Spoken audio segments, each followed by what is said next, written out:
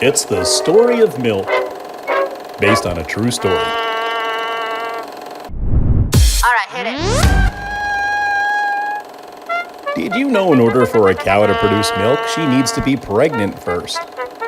That's right, just like other mammals, cows need to give birth in order to lactate. And since there are no dating apps for cows, these little ladies need to be artificially inseminated. Farmer John puts on an arm's length of plastic glove in order to penetrate the cow's anus. This way he can angle the uterus just right to insert the fertilized eggs. Sounds a bit like rape, doesn't it? Well, it is.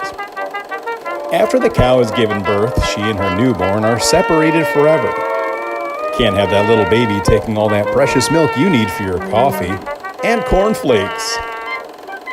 The baby cow is either killed for veal, if he's a boy, or if she's a girl, she gets to grow up just like her mama and spend a shortened lifetime producing milk for you, so you can enjoy ice cream, yogurt, and that Vermont cheese.